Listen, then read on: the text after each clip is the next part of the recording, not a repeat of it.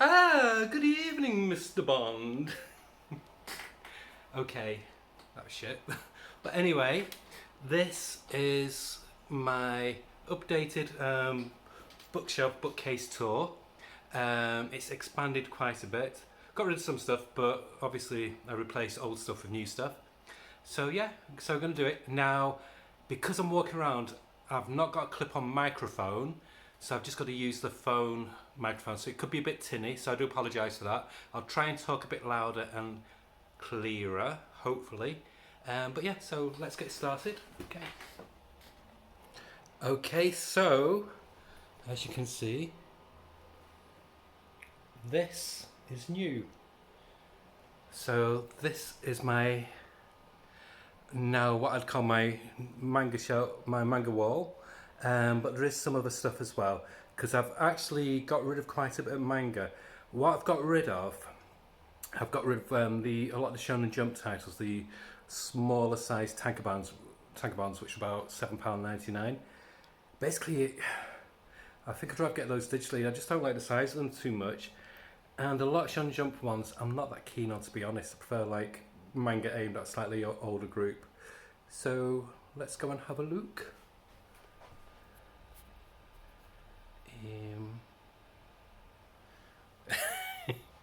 Just 1 second. So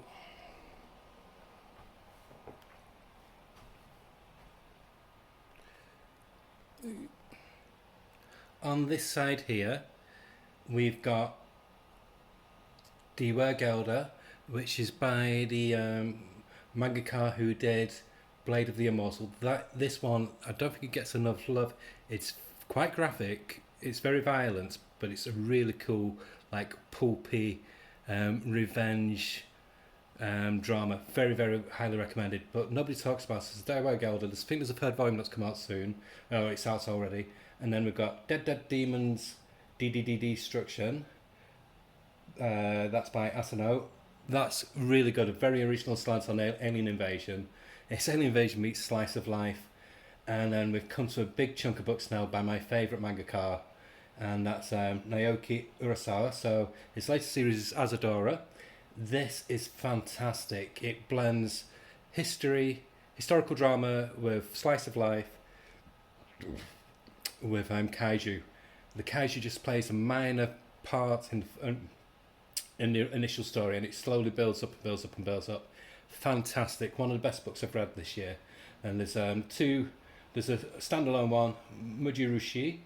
It's okay, it's fun, but compared to his other stuff, it's one of his weaker efforts. And then there's a really nice short story collection, and he's very music based. He's a huge music fan, especially the Beatles. And then one of his masterpieces, Pluto. I've not watched the anime yet because I want to read the books first. So I've read the first two and I'm up to volume 5. There's 8 in total. Amazing.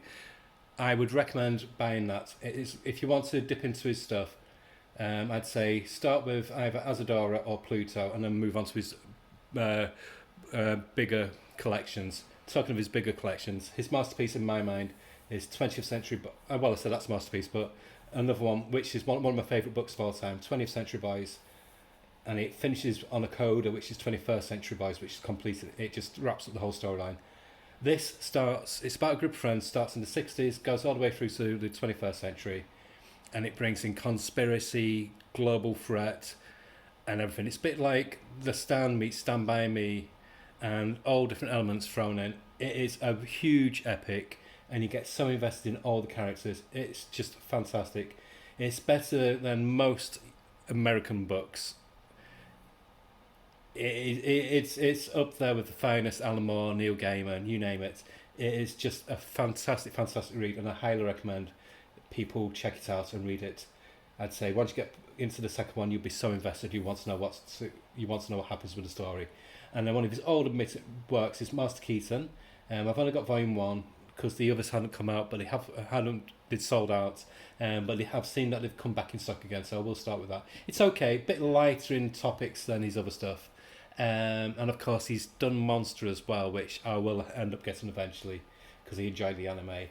And then we move on to Junji Ito. So I've got his major works, Gyo, Tomi, Uzumaki, Uzumaki even, really really good. And then one of his later ones, Sensor, which I've not read yet. I've dipped in and out of him. Like I said, I want to get all these read first, and I'll move on to um, Junji Ito, and then a short story collection, Smashed, and then we go on to some 80s goodness with Fist of the North Star, Cats of the Louvre. Fist of the North Star. That's by Tetsuhara. This I think is finishing now with volume 10. So I'm very behind on this one.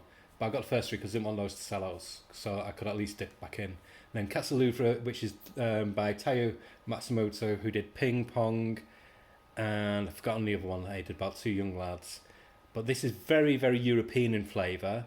It's an adventure basically focusing on cats in the Louvre, and hence the title. And then he's got this other series, just 4 volumes in total, which is number 5. Very, very Mobius, again, very European sensibility in the storytelling. The art is very avant-garde. It's quite experimental. If you like artists like Bill Sienkiewicz, Mobius, Ted McKeever, Bilal, people like that, then this could be the work for you. If you don't, I would avoid it.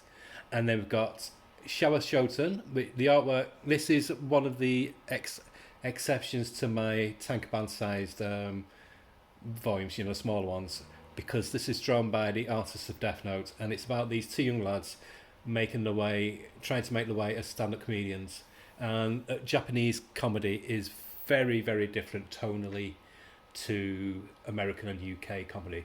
But I'm not bothered about the aspects. It's more the story of this friendship between these 2 boys, and it's a very, very fun read. And then there's one from Titan, Atom, the beginning, which is like Pluto, where it encompasses the world of oh shit! 1 second. Astro Boy. There we go. Brain fart. I'm still got fatigue at the moment, so my brain's not working 100%. So yeah, it's okay. I'm not too sure about that one. Might give you another volume and then see. And then we move on to a real old school one, Lupin the Third. This is like a greatest hits volume. Really nice hardcover. Yeah, I got that last Christmas. And then one of the funnest reads by the fantastic mangaka Rumiko Takahashi, and that's Urusei Yatsura, and it's about this slob of a lad who ends up somehow with this alien princess who becomes besotted with him, and she becomes very possessive of him, and he is horrible. He's such a slob, and yet she forgives him, and it's just pure slapstick, and I highly recommend it if you just want something to unwind with, and you'll be laughing on most pages. She's also done other works. One that I want to get, which I read, good God, it must be about 20 years ago, which is Maison Akoko. I want to get the nice new volumes, because she is a fantastic mangaka. And then there's Chujin X. This is the latest one by Sue Ishida, who did the Tokyo Ghoul books. I'm not sure about this. I thought the first half of it was so bad, but I really enjoyed the second half. But the artwork is very, very messy. I think he's just trying to churn it all out, and he's not giving the best quality for it. So I don't know about that one. And then we've got the whole Death Note saga in this big chunky volume, but quite compact. I've tried to read it, but I'm going to give it a bit of time, because it's 2,500 pages or something ridiculous like that, if not more. And then there's a collection of Death Note short stories which came out earlier this year.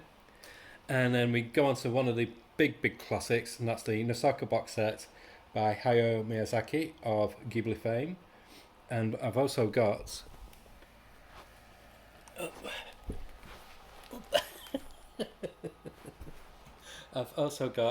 the whole Akira box set. Back up again. Oh God. And then from there we move to more like the European stuff, and some of like the Fantagraphic stuff. So we've got from Humanoids, we've got Balkan's Arena, and then we move on to Jodorowsky's work. So Techno Priest, Meta Barons complete volumes 1 and 2, the Incal, and then we move on to Daniel Klaus. Like, I've not got Monica yet, but it's on my list. Like a Velvet Glove, Casting Iron, David Boring, Ghost World, modern day classic, Patience, which I did a review of a few months back, and then one of my all-time favourite comic series, Fabulous Fairy Freak Brothers by Gilbert Shelton. Yeah, it just encapsulates the counterculture of the 60s and 70s. Fantastic. And Zot, the best superhero comic that nobody's heard about. Just fantastic. If you can find yourself a copy, do get the Zot collection. And then Brian Lee O'Malley of Scott Pilgrim fame. That's Seconds, which is more of a slice of life book about this chef. And then we've got my AWA Upshot volumes just here. And of course, Devo, Iggy Pop, and at the top from Death Note. Okay, so that's all that. So I'm going to pause it and then we'll move on to some of the other shelves. Okay, bye. Hey, so I'm back, obviously. So what I'm going to do now, this is what used to, this top shelf here, used to house all my manga. But now, as you can see, it's got Usagi Yojimbo, and it's got a lot of my 2000 AD collections, and also some indie stuff. So it's got Fun with Reed Fleming, which is quite an obscure title, but is a comic I loved from the 80s about the angriest milkman in the world.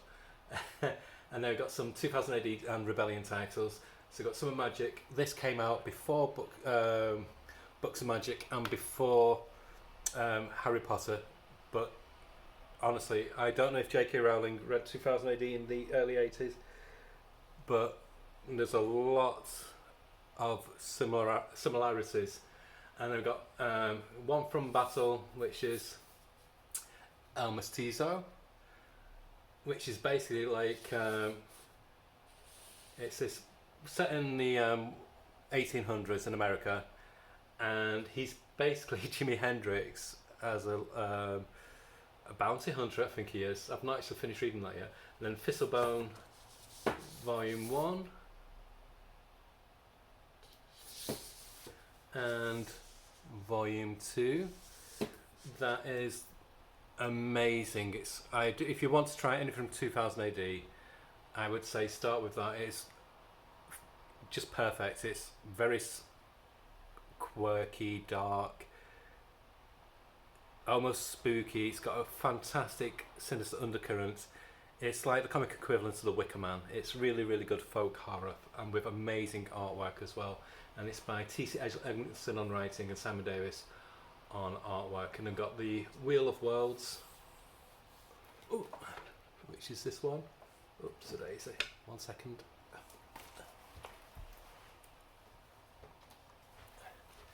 Which is this one. This again is by this one's by Ian Edginson and Ian J. Coulbard, who did Brink. The artwork is absolutely beautiful.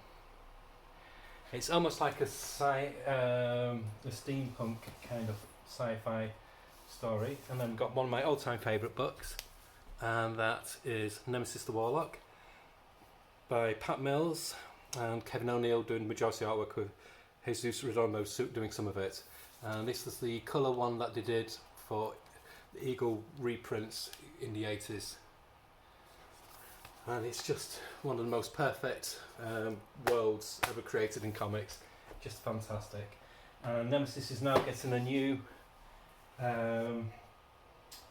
luxury format coming out soon. And I've got one that I did a review of, Button Man. That amazing, brilliant writing, John Wagner. Just a stone cold solid thriller with amazing artwork by Arthur Anson, who's one of the world's best comic artists. And then we've got a modern classic, a series that I absolutely adore, which is Feral and Foe. And they've got a new storyline running in the current issues of 2000 AD. This is grimdark meets Terry Pratchett, basically, and it is fantastic. It's hilarious. I love it, with gorgeous artwork. So it's written by Dan Abnett. Dan Abnett's doing some of his best work now, and it's basically all for 2000 AD. And amazing artwork by Richard Elson, who also did the cover. And then we've got Hershey. which is a major important storyline in the Judge Dredd mythos at the moment. I don't want to give too much away if you've not read it, but big things happen in the Hershey storyline, which bleeds into the new Judge Dredd story. And then Chopper, with amazing art by Brendan McCarthy. Love his art, his politics, etc. Very dodgy, but what can you do? He's one of those people who've become a bitter old man, which is a shame, when he used to be very avant-garde and very punk. And then we have one of my all-time favourite stories, again from Dan Abnett, and this is Lawless, set in the Judge Dredd universe, but it's an immaculate science fiction western with amazing artwork by Phil Wayne Slade, who did the DC comic Monolith and Goddess years ago. I would recommend you buy these. You will love them. You will not regret it. Again, currently running in Judge Dredd magazine, and then the best character in 2008. One of the best characters in 2008. Definitely more gay. He works for the Vatican, and he's a gay vampire who slays other vampires and other beasties. Just so good. It's camp. It's brutal. It's essential. With amazing artwork by different artists. And then we have another great one from 2008, Kingmaker, by Ian Edgerton again, who's a solid writer, and really nice art by Lee Gallagher. And it's an unusual sci-fi and high fantasy mashup. And they got one of the OGs of 2008, Rogue Trooper, with fantastic artwork by various artists, Dave Gibbons, Cam Kennedy, etc. This is solid war in space epics. And then from Crisis, which was the political spin-off, more grown-up comic launched in the 80s from 2008, we've got Third World War by Pat Mills and various artists, the predominant one being Carlos Esquerra. Again, I did a review of this. It's fantastic, and it's a wonderful time capsule of 80s political commentary. Really, really good. So from there, for a complete change in tone, we go to my Marvel shelves. So I've got Wolverine up to about here. I love the Essential format, so I've been slowly rebuilding these back again. I've got quite a substantial X-Men Essential run. So I've got the X-Men all the way up to volume 8. All Chris Claremont's extra wordy goodage. And then we've got the more modern X-Men stuff, the Hickman House of X, Power of X. I have not read much Hickman. He's good ideas, man, but I find it very dry. And then we've got all the ones that come from that, so Dawn of X, Hickman's X-Men, X of Swords. These are the Panini ones. Panini do the Marvel reprints for the UK. They're normally about $10 cheaper, and they're better quality, nice thick covers, and the paper is really thick. You can't see the other page through it like you can on American Marvel. It's just a better product all around, and like I said, it's a lot cheaper. This was $22.99 for whatever, 500 pages or whatever. So it's tons cheaper than the American Marvel charges you. They don't rip you off. So if I buy Marvel graphic novels, I tend to see if Panini's going to do a version, because they're far superior in quality. So and then I've got the X-Men New Mutants Essential, which I did a review of. And I've got these little books, Miss Marvel, G. Willow Wilson's Miss Marvel. And then, oh yeah, little figures. So I've got my Star-Lord, Spider-Man Noir, and Black Widow, Deadpool, and Hulk. And down here we've got little Spidey. This is my favourite pop figure. This is Howard in his battle suit. And then I've got Captain Marvel, because it annoys the neckbeards. And down here, hello, we have some bit more X-Men. We've got Mighty Marvel Masterworks of Spider-Man Volumes 1 and 2. Some Spider-Man titles. Again, these are all Panini, so really high quality. More Spider-Man. Secret Wars, that's the Hickman one. Avengers versus X-Men, again Panini. Some 4 collections. Miracle Man, that's the Neil Gaiman one. And then we've got some really nice. Oh, you got some more Marvel Masterworks on here. So we've got Doctor Strange, Mighty Marvel Masterworks, some Fantastic Four. Got Spider Punk just there as well. These here, these are a really nice ones from Eagle Moss, and the hardcover versions of classic Marvel tales. So one of my favourites is the Cosmic Sagas by Jim Starlin, and this is Captain Marvel. And then we've got Guardians of the Galaxy by Donny Cates, Captain America by Tanisha Coates, and the Captain America Select. I love the Select format by Ed Brubaker. I don't like big chunky books. And then Fantastic Four by Alex Ross. And then, oops. Hey. And then we get to the bottom shelf. So on the bottom shelf, to start with, we've got Doc and Marty 1950s costumes, Playmobil figures, Back to the Future, and we've got Ghostbusters, and here we've got my Boom collection, so something